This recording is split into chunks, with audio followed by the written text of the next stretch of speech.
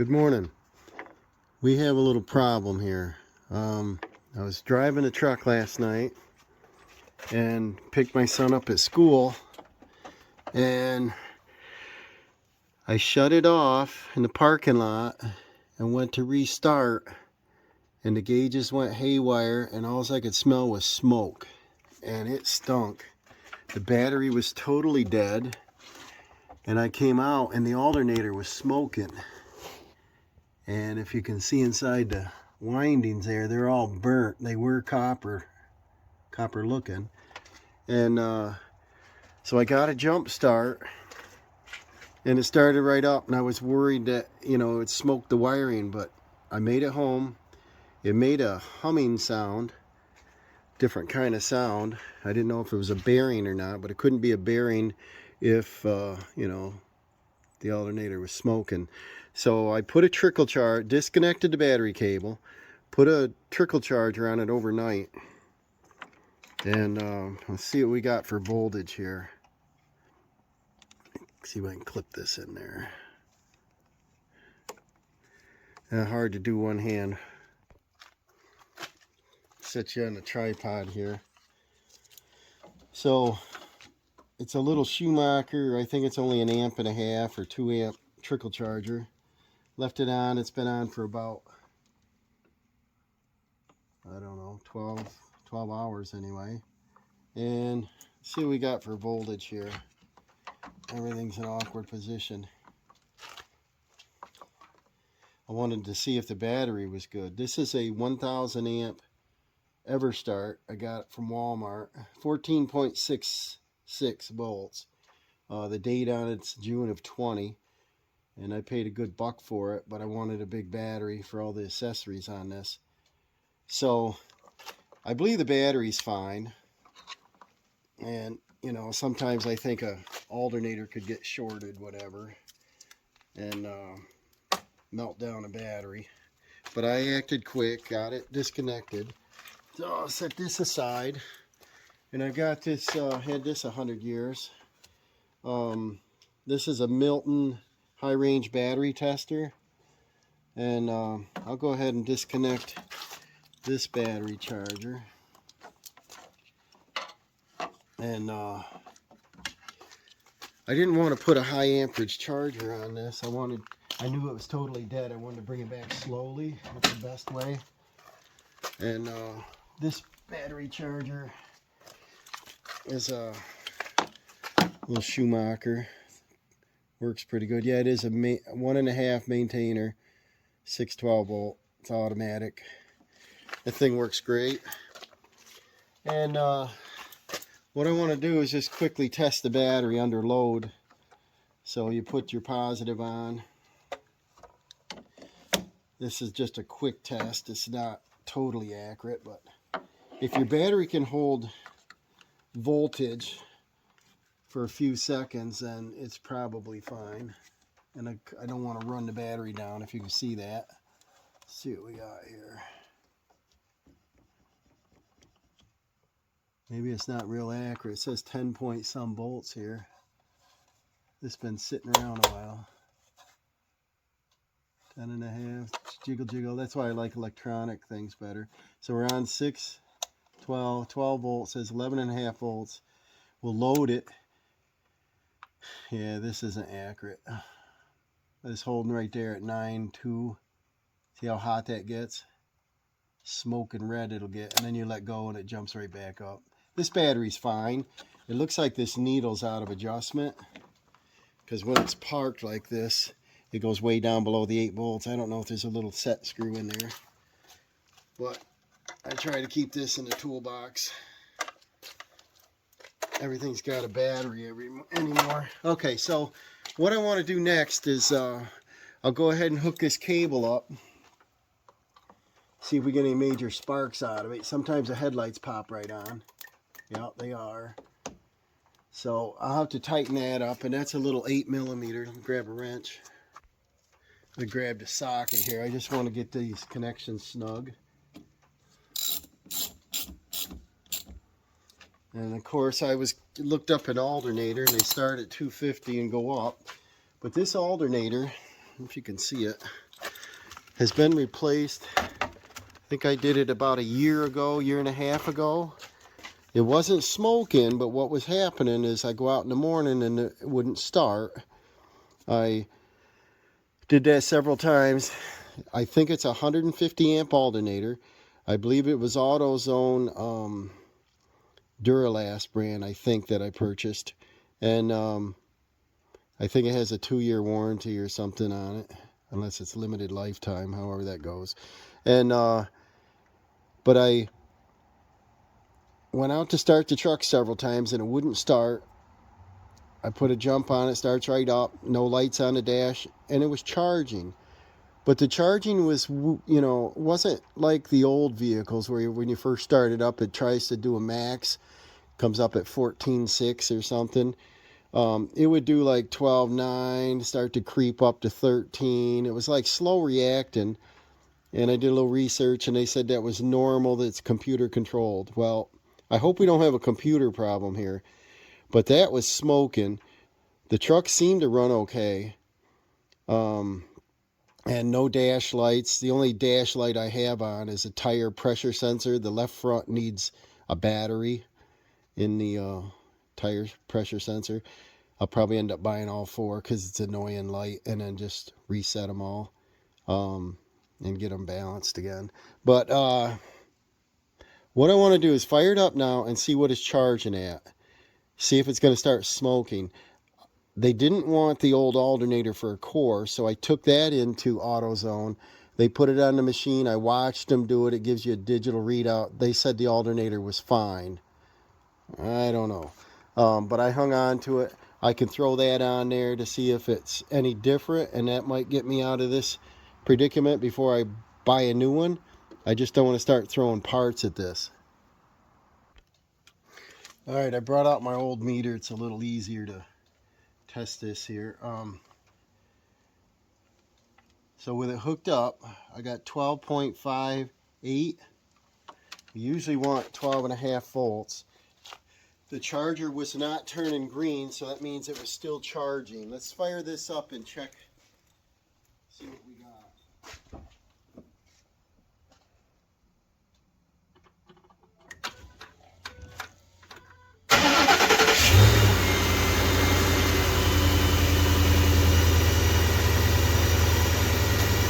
I can hear the alternator singing there, can you? Sounds a little louder than normal. It's really loud. 14.4. It just doesn't sound right. Probably on its way out. If the battery's down, it's going to charge and make more noise. That's staying pretty steady at 14.5. So 2 volts above the battery voltage. We'll get you in here. See if you can hear what I hear.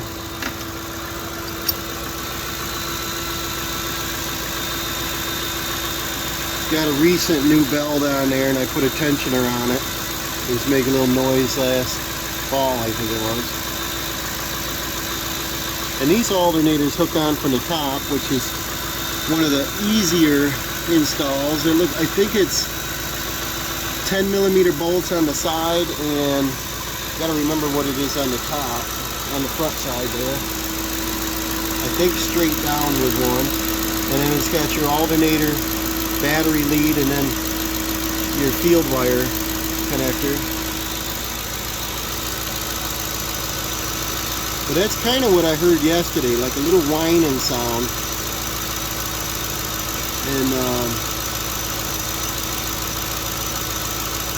And it changed with RPMs. This should come down to idle here in a minute. I don't know if I can check this by hand again. And we still got 14.5. So I mean, it's hard to diagnose an alternator problem on today's cars if it's charging computer controlled or not. The old ones worked or they didn't. They were easier to test. But I'm kind of glad it's charging. That means we didn't fry any wires and so on. And let's see, the last oil change I got 163,462. So I think we're 166. So we're gonna have to change the oil here real shortly. About time the snow flies. Let's see what we got for 166,269. See, I got that tire pressure sensor light. Let's see if the RPMs make that alternator make a singing noise like yesterday. Boy, that smoke was pouring out of that alternator. Can you hear that humming?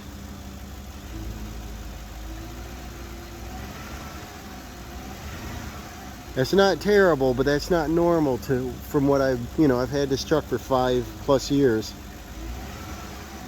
I never heard the alternator like that. It was a little louder last night, but then when I stepped out here, the smoke, I wish I grabbed the camera, but the smoke was just flying out of that alternator.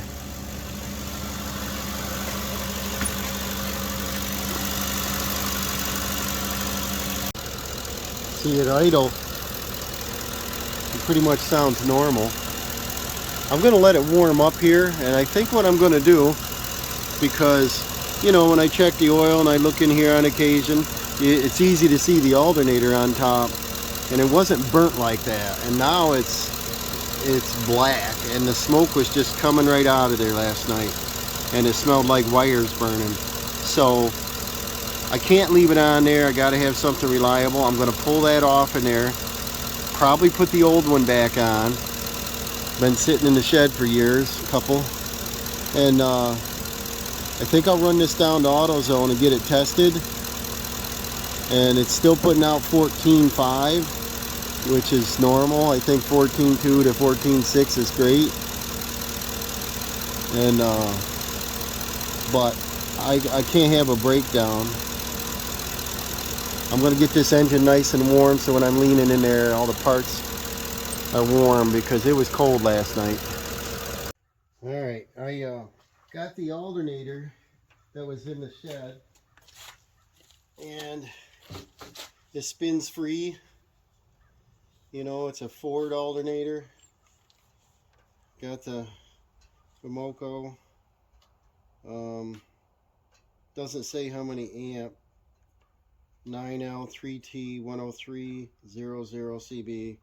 But it's got your field connector and your hot wire from your battery.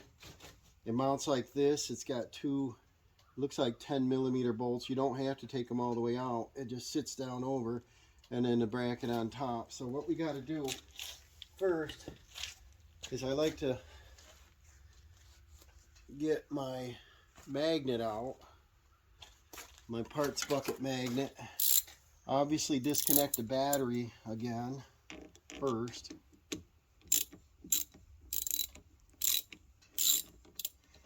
Get that cable, negative cable, out of the way.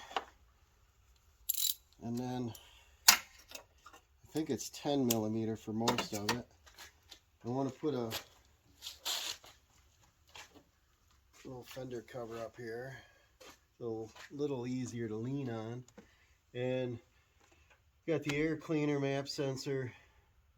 We got this sitting over the alternator. I could probably do with it on there, but there are only 2 clamps. I'm going to take a screwdriver and take them off,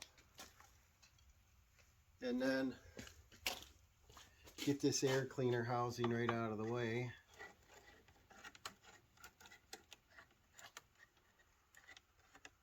Probably mention Auto at the a repair place to do an alternator now. They probably want $500-600. Who knows? Shop time, list for price, wait if you have to order it. I could order a new alternator. They started at $249. I found a remanufactured one for way more than a new one. It's kind of odd. I'll set this air cleaner aside. That opens this right up. And I don't need the screwdriver. I don't know. I might. Let's set it down here. The smoke was coming out right here. And it was a lot of smoke. It smells burnt. And this used to be nice and clean in there. The wires look good. The cap protector's on there, wire protector. That looks like about a 13 mil. Grab that.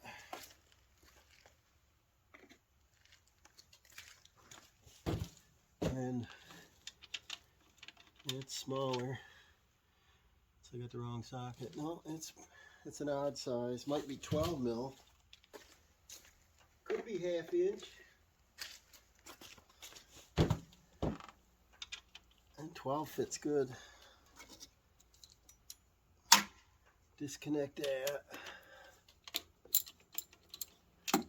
What I want to do is inspect everything as I take it apart to make sure, you know, nothing's falling apart here. It could be the bearing's gone on it, you know, making a lot of play, and it's hard to tell with a belt tension on there.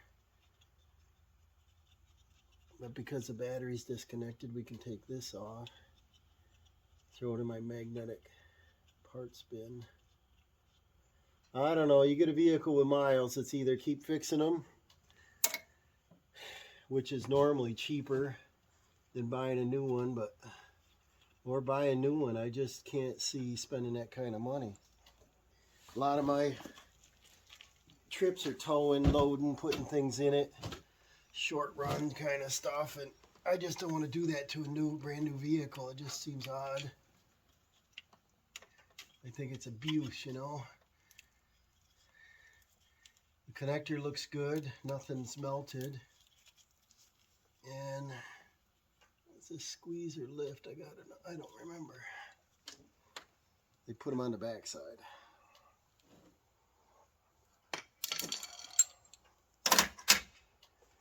And let's see what we got here. I don't remember. It'd be nice if it's a squeeze. I don't feel that's hot. This alternator's really hot.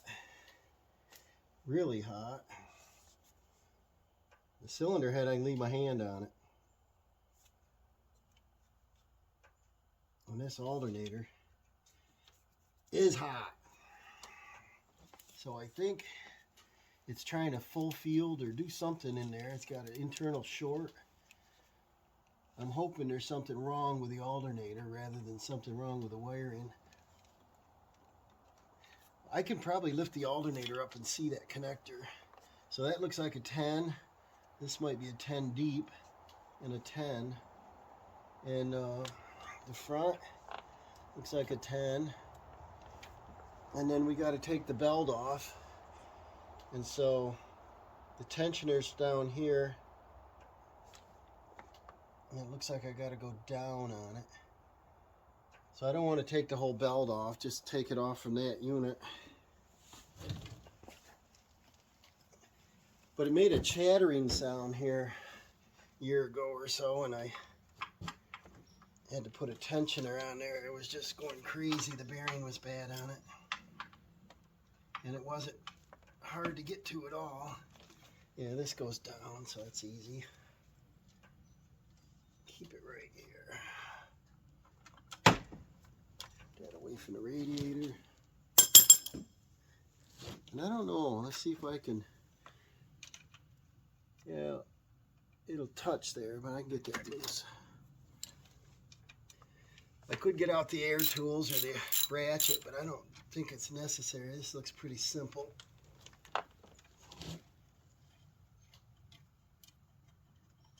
It looks rusty, but it's coming off my fingers. Some of my leftover fluid film, I probably ought to touch up some bolts and things on this.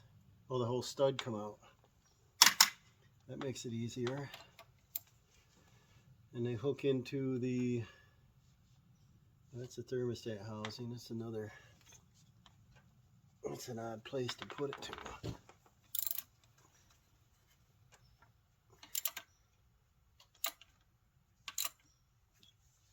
always worried about breaking something off that goes into aluminum. Tighten, loosen, tighten, loosen, tighten, loosen.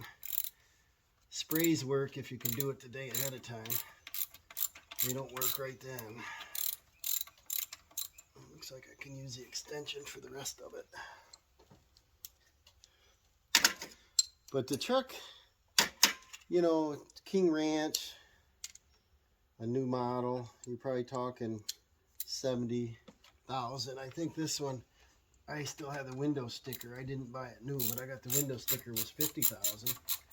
And it's hard to see where, but there's a lot of electronics on this. It's got a lot of creature comforts, and I guess the King Ranch is what you're paying for, and the leather, and that's why I opted for a model like this instead of just a work truck. I can see there's a drip of antifreeze getting on that number 1 coil. So that's something I gotta do. I think I looked at that in the previous video and we tightened the clamp up, so I don't know if it needs a hose this time. I'll check into that.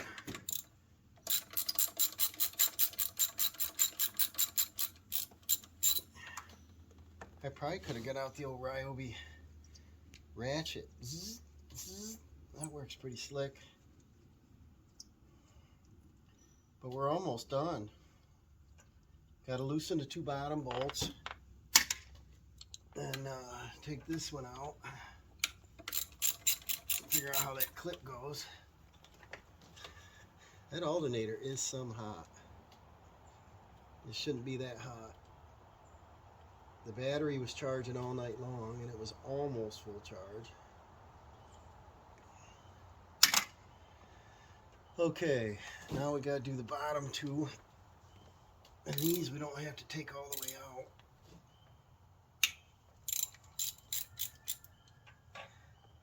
It's a good time to check your water pump too, because belt tension is off from it. See if there's any play in that. But these bottom 2 bolts, you just leave them in there so that the weight of the alternator sits on it. That's one good thing about Fords, is the location of the alternator.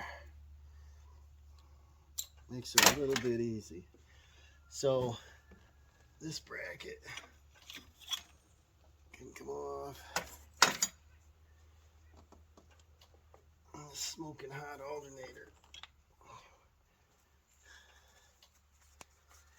I can handle a lot of temperature, but that's hot. Last night you couldn't get near it. It was hot. By the time I got a jump start, almost an hour passed. And it allowed it to cool down. But I think if I had jump started right then, it would have been screaming. Now the case is cracked on it. Ooh. Check it out, guys. This is hot. Ah, look at that. The cover is cracked. See the smoke coming out of there? And this is all melted. The hot epoxy on the wires melted. And if I look up to see if this is still under warranty, which I think it is, they're going to say I did something wrong. Sure.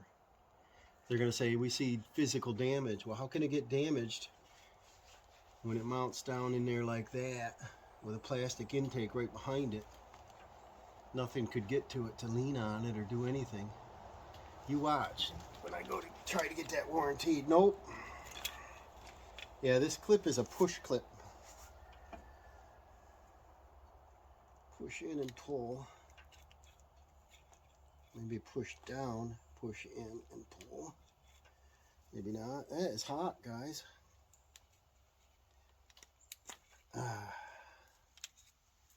Wires look good. No corrosion. Pins look tight. I don't know if on these you can replace the regulator or not, but this baby is smoking. And I know it's the same thing, but you always want to compare the new to the old. Everything's the same thing. And I think that was a reman. And I think I got it under $100. But I looked up now and I can't seem to find one for $100. They seem to average $250. Those wires are melted. These look dirty is what these look. And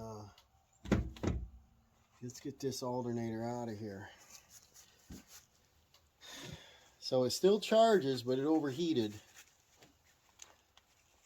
And give you a close-up of what happened here. This case is cracked here, through there, over here, and then off. And then that's all hot, burnt. Then the plastic, I must have knocked it off, darn it. Right here. This plastic was melted running right out of it. And she's done. And it, oh wow. If you try to spin that, it's just like doop, doop. Yeah, she's gone, and then the magnet's all discolored here. I don't know. This thing's rough on alternators. The ground connections, the cables, everything looks good on it. Like I said, there's no other dash lights, no flickering. Everything seems to work. The tire pressure sensor light is on. And there's melted plastic down in here where the alternator did sit. There's some. I don't know if I can reach that other one. There's some. So the goobers ran right out of it.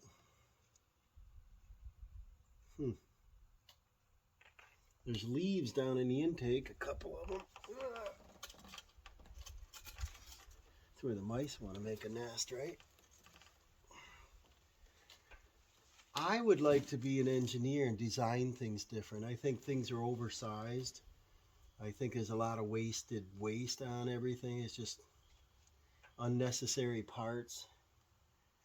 I think, you know, if this produces, this is a 339, a 5.4. This says produced in January 25th of 2010. And this makes 300 horsepower. It seems like they can make a 4-cylinder, half the components.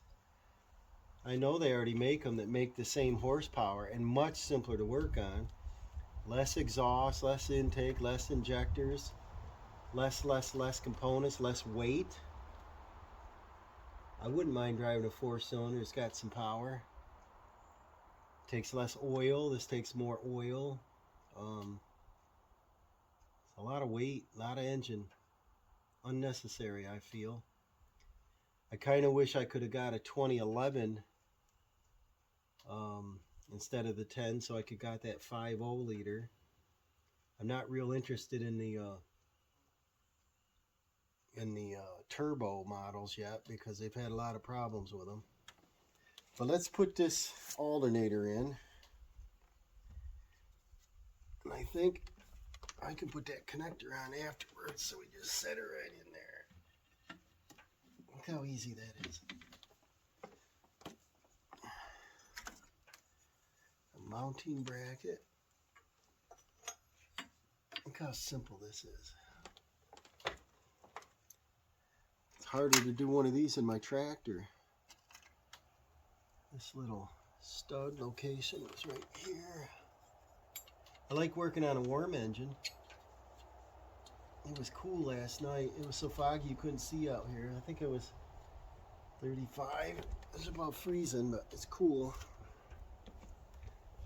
It's warmed up to almost 50 now.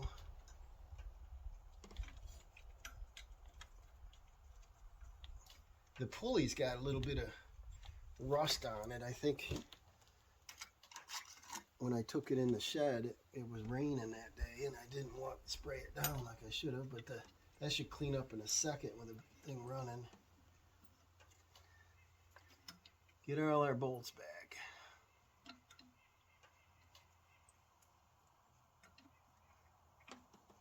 So they're all started. And I think the ones that you need to tighten first are the bottom two, because what that does is this bracket, see the play on that? I don't want to tighten it up there and then tighten these down here. So you want to square it up by tightening on the front ones.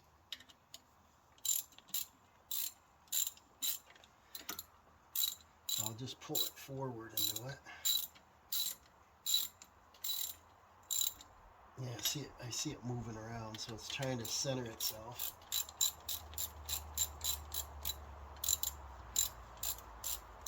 Definitely got to have your belt in alignment, you know.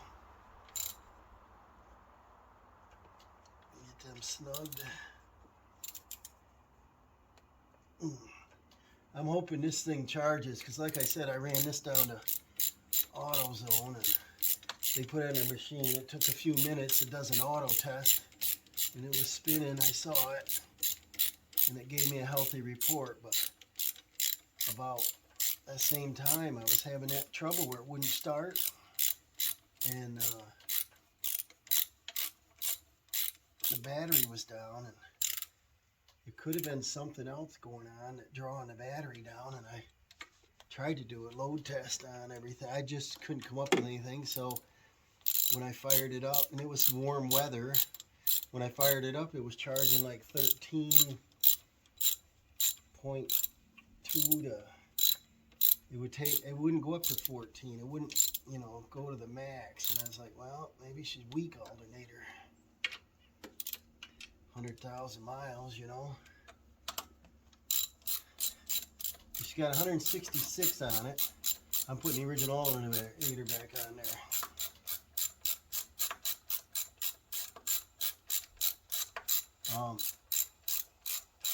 And if this is quiet and it charges, I'm not going to worry about it. If it's, you know, singing, making a little noise, I'm going to order an alternator. I just don't like to buy and throw parts at it, not knowing exactly what it is. And every time I'm in here, I always look around for something, see if you can find something else wrong, you know. Like I said, that hose is dripping on that coil. I got to take care of that. I'll be getting a misfire. And the boot looks real good on it, so I don't think the antifreeze will get down in by the spark plug, but it'll not too good for the top of the coil. Alright, so I'm all done with this. Now we'll do the field wire. Heard it click. And we'll do the hot wire.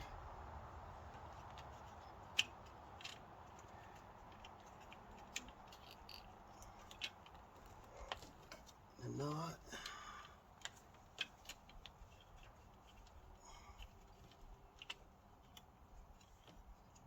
I've always found if you keep your vehicle maintained, and you don't necessarily have to spend on it, but you got to pay attention to things, because you can catch them before they get to be a big problem. Mice nests do a big problem with wires. Alright, and then a 12 millimeter.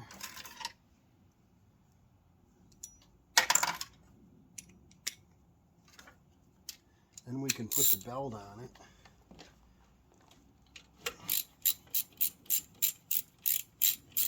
And when I put the belt on, they look fine, but you always want to fire it up and make sure it don't jump off a tooth, and you know, you put it on straight, check it. Looks like my antifreeze is down just a whisker. Just a whisker, probably for that dripping. Get that snug. Get that on there. There. Looks good.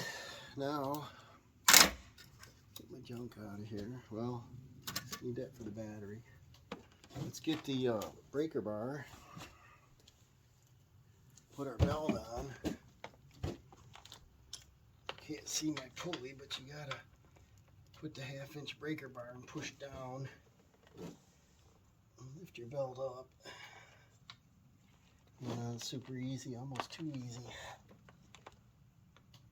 Looks on. Looks on good. And it's on the power steering, the idler, the second idler, whatever the second idler is, water pump, air conditioning, another idler, and your tensioner. So what I'll do first, I guess I better put my air horn on. I don't want no check engine light. Won't know what air's going into the engine with this off. That looks good. See, I'm going kind of slow, but this can be a real quick job, you know.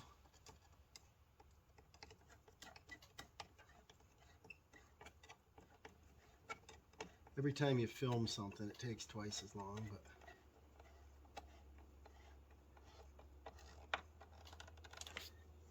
get that snug, get this snug. I'll check that hose clamp. Can't get much torque with this screwdriver. Well, turn just a whisker. I'll come back to that when I change the oil.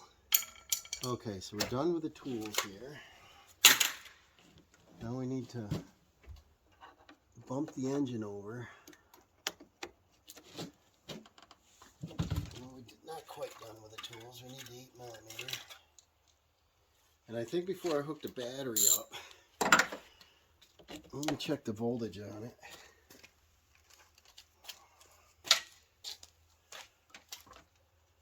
It's hard to read this one. I was doing a electric and a plumbing job, and I had the torch sitting there running, and it got too close to the meter.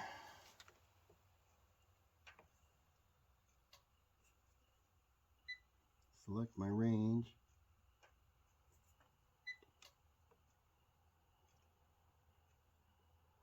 Yeah.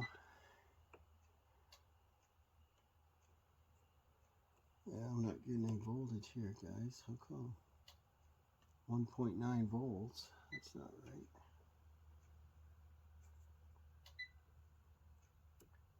That's millivolts. Huh. On auto. There.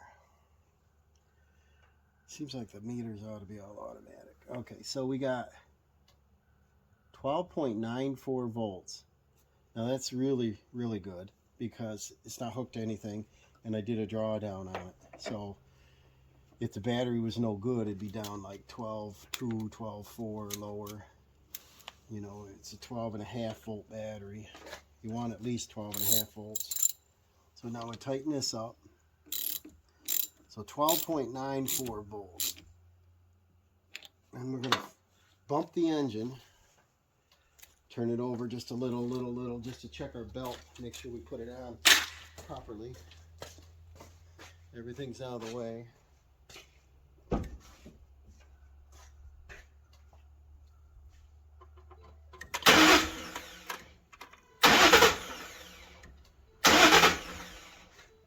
And then before I start it, well, I always like to look at it, because you know, you make a mistake and you're not quite on the tooth, it'll throw the belt.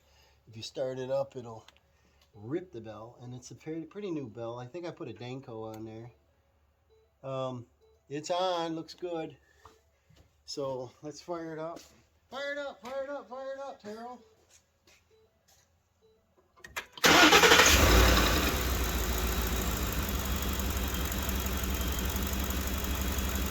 No lights on the dash. I wish they'd throw a voltmeter in there, you know, it'd be nice. Instead of just a battery light. 1457.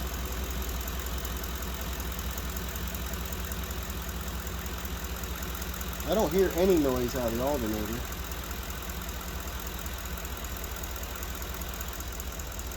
I hear the injectors. 14.58. Let me go put a load on it. Turn the lights on, heater on.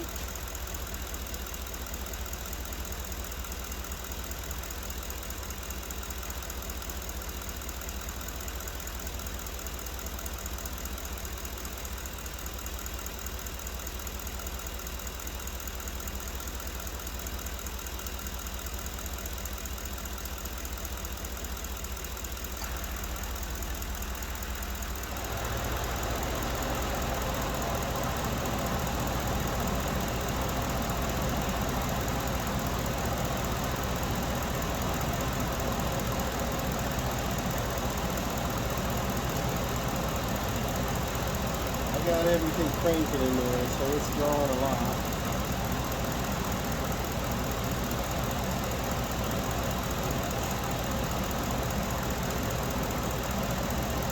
$14.43, so it went down what, a tenth? So that's at idle and it can handle it. I think what I'm going to do is let it run.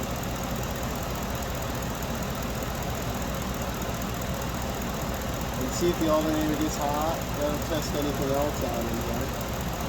And that's a freak thing. The alternator just kind of overheated, you know,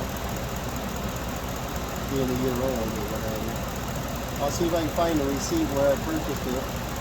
It's either AutoZone or Advance Auto. I think they both offer a limited lifetime or 1-year warranty. I think the map sensor, things like that, they got a limited lifetime. We got $14.50 exact. Can't cry about that. There's Tiger over there. What you doing, Tiger? Kitties are out here playing and they love it. When it's raining, they don't like it. When it's windy, they don't like it. I'm pretty happy with that voltage. It's real steady. So this is a mini fix, but it doesn't tell me why the alternator melted.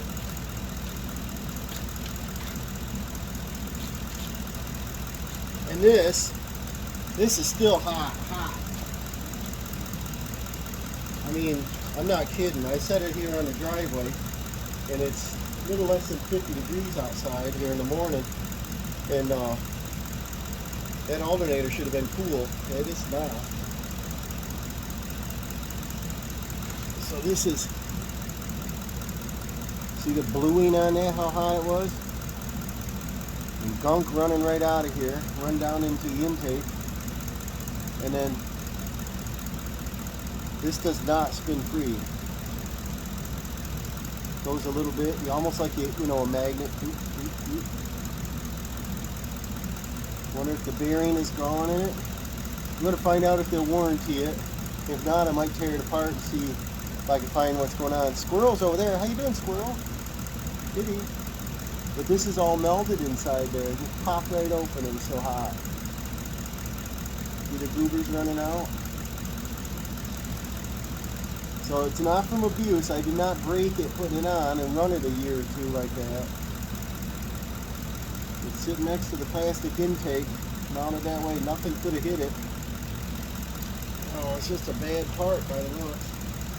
Part number on this one, I don't know, it just says model on it. Model 11292N AM20D1. So I think this was a reman. They look brand new, you know, but I don't know. So let's call this a short fix. And I'll, my glove's smoking. I just set that down. That was hot. I think what I'll do is, I know that's charging 14.5. And there's no fan blade. I'll just hang right on it. Yeah, it's not hot at all.